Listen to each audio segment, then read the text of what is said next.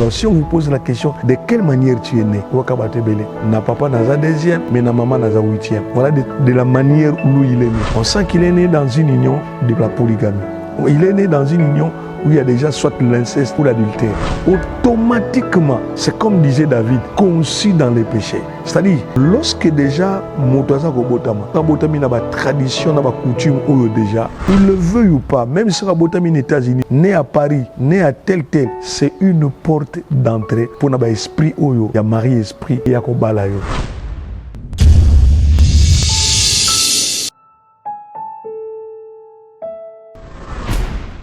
Shalom, shalom, frères et sœurs en Christ. Shalom, bandeko nyonso. Oyo bakozwa libako l'histoire pour début sur le lot. Que Dieu vous bénisse là où vous nous suivez de partout. Que Dieu vous bénisse. Nous sommes l'église Mievi et c'est l'émission La Délivrance aujourd'hui.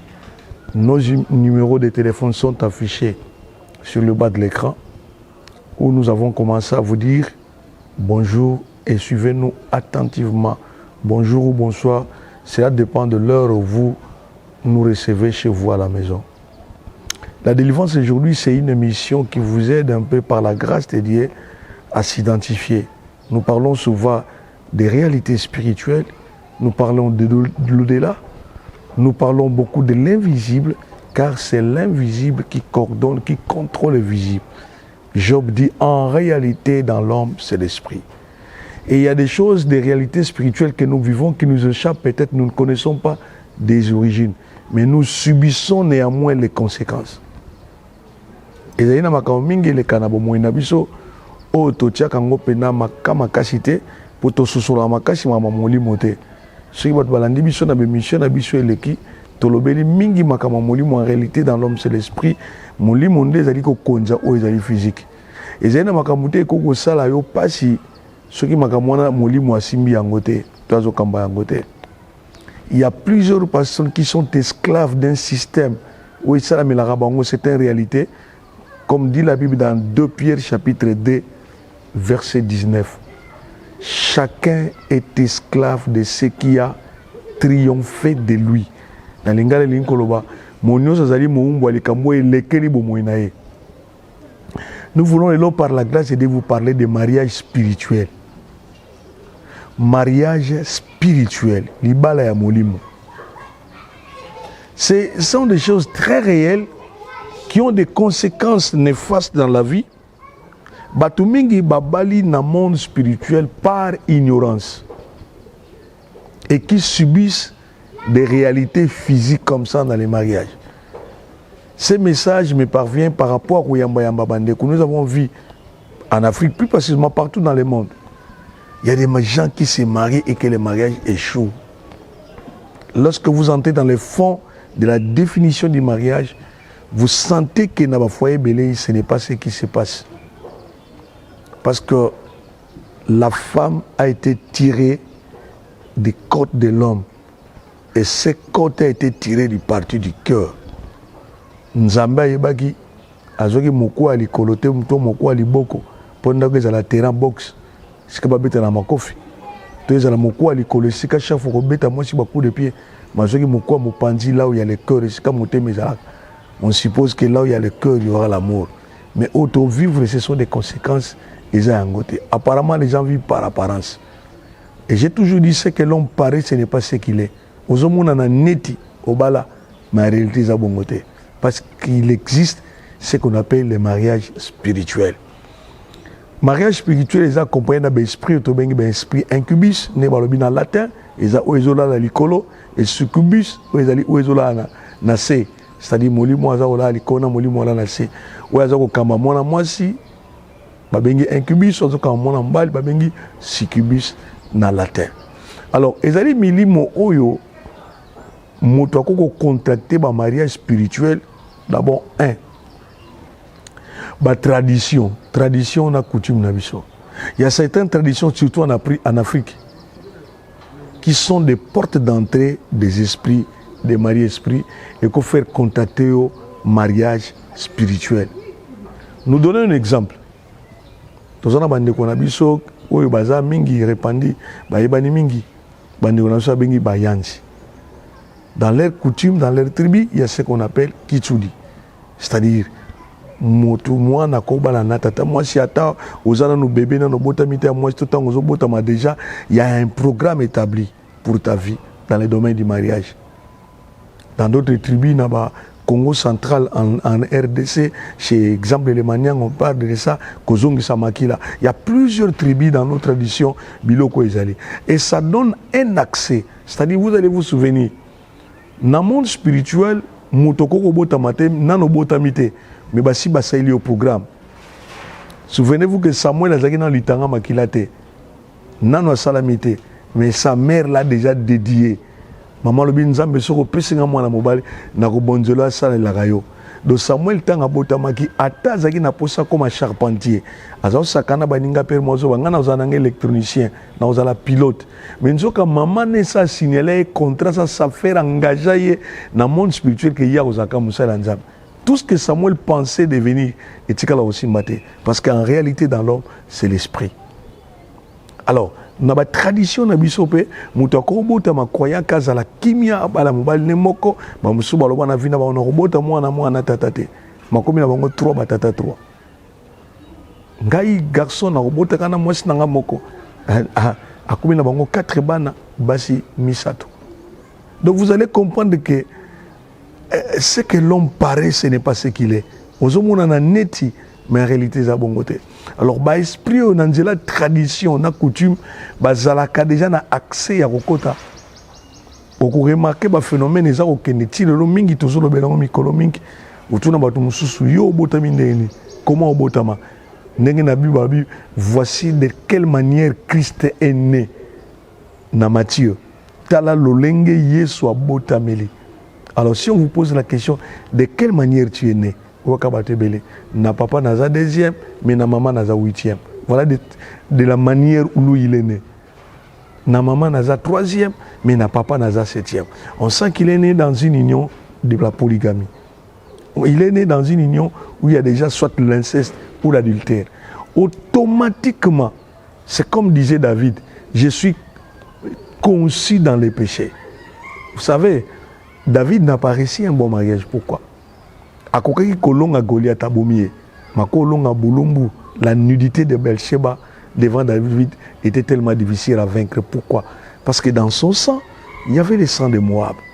C'est-à-dire, lorsque déjà motoza ko botama, soka botami na ba tradition na ba coutume oyo déjà, qu'il le veuille ou pas, même si soka botami aux États-Unis, suivez-moi bien, né à Paris, né à tel, mais dans vos programmes déjà, dans vos traditions, dans vos origines, il y a déjà cela, c'est une porte d'entrée pour n'avoir esprit oyo, il y a mari esprit et il y a kobala yo. Il y a un moment où il y a un kaka, azana mai, azana mboka, azana bo. Il y en a qui ne réussissent pas les mariages. Partant par les traditions. Ce sont des esprits, ce que moi si la malédiction est contagieuse, qui peut affecter ton mari. Moi, je suis allé kimia, je comme boulot. Ou bien, makasi. Vous savez, il y en a, mais ce mutamalonga pousse et l'eau aussi maté. Parce qu'il y a déjà un esprit, Aza déjà, où Aza préparé pour Aza la mobile dans le monde spirituel. En dehors de ça, en dehors de la tradition et de nos coutumes, Bangope Bazouaka accès les soucis à Kokota. Quand on était des enfants, Nakosaka Anabiso. Il y a des histoires, vous savez, dans le monde spirituel, il y a ce qu'on appelle les contrats, il y a ce qu'on appelle les engagements, il y a ce qu'on appelle les pactes.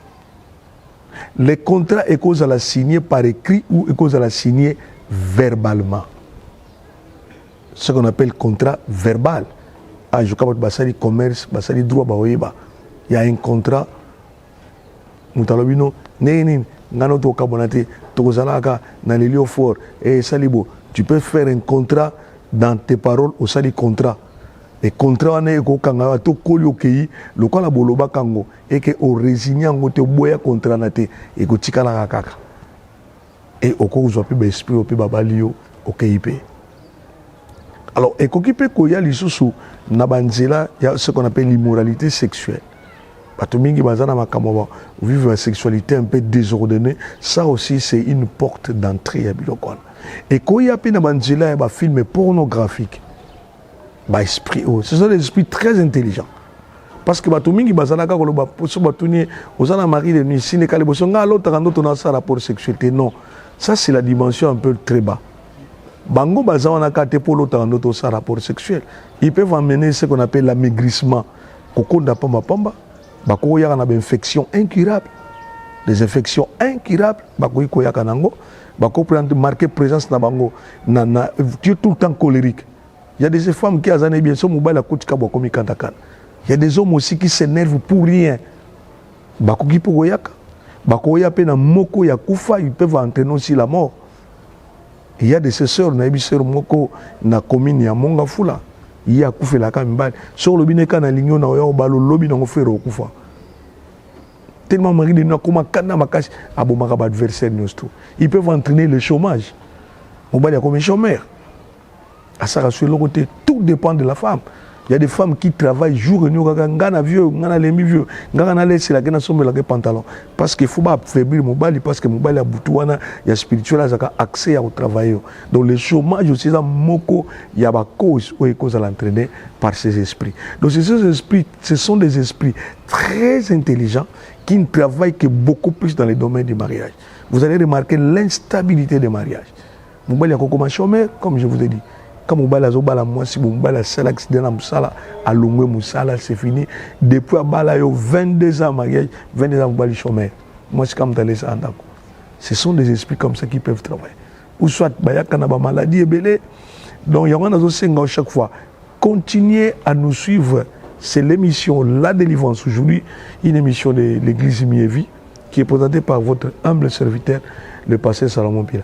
Suivez-nous, je crois que vous ne serez pas déçus, vous allez découvrir beaucoup de choses à travers de ces émissions. Bandeko, Nzamba Pambolabino, Tozo Zouaba, ba suggestion, na ba question, na biso, na ba question, na bino, na ba proposition. Ne manquez pas nous écrire. Et Tozo Sengabino, pe mingi soutien na bino sur le plan financier, moral et matériel. Tozo bunda bunda poto komati na banda kuna bino, il y a beaucoup à faire. So bo soutenir biso, tozo na makambo bela relaxa. Tant eza biso moke, ngonga eza moke, okotoko élargir en soki to kompo ko sala makambo minene koleka pour bolanda biso. Numéro na biso à compte bancaire to afficher prochainement, mais continuez à nous appeler, à nous soutenir spirituellement, j'ai dit, matériellement, financièrement. So aux moi caméra na pote vendre ça l'autre. Tu seras béni par l'Éternel. Bible mignos to sala pour nkolo et que n'a pas batté. So aux moi logo son logo sunga biso, ça sera le bienvenu pour des machines, il y a beaucoup de choses. Nous voulons être dans vos maisons dans la TNT. Nous demandons vos soutiens. Et au Salabiso Malam, nous avons projeté beaucoup des images. Vous allez suivre beaucoup de témoignages. On en a vécu beaucoup de témoignages. Et comme ma basse-preuve, comme ma stérilité, comme ma trouble de comportement dans moi aussi, comme ma trouble de comportement dans mon bal. Et ils ont exclu le monde, quel que soit ton titre, quel que soit fonctionnaire, quel que soit ce que tu es, ils travaillent silencieusement, calmement, pour déstabiliser. C'est pour cela, même ils peuvent nous soutenir parce que vous voyez tout ce qui se passe là. Ce qui vous imaginez, moi, femme esprit, moi, si pas un mari esprit, et imaginez un peu. Vous imaginez tout ce qui se passe dans la société. Lorsqu'on parle des kourouna, tout ça, des enfants qui ont des troubles de comportement, et cause à la Babiloko. Et c'est vraiment. Nous vous demandons de nous soutenir. Ce sera une très bonne chose pour tout comme le chaque fois où vous avez besoin pour ça, Nabanda Kunabiso. Nous avons pas Arnold Kanda qui nous soutient chaque fois qui est là pour nous aider dans la technique. Na frère Rabina, ancien Jean-Louis Mwakashi, na bande Kobele, Berger Dieu Selemani, bande Konyonso, bazo bunda bunda pour jouer à biso, Nabanda Kunabino, tout na téléphone Nabino. Que Dieu leur bénisse. Je crois prochainement. Ne manquez pas de nous suivre. Tokozinda mozino na malakisio na malozo ya. To sali na introduction to meko sunga bino bobungama et pobolanda biso na mikolo ezali koya. Nzambe a pambola bino.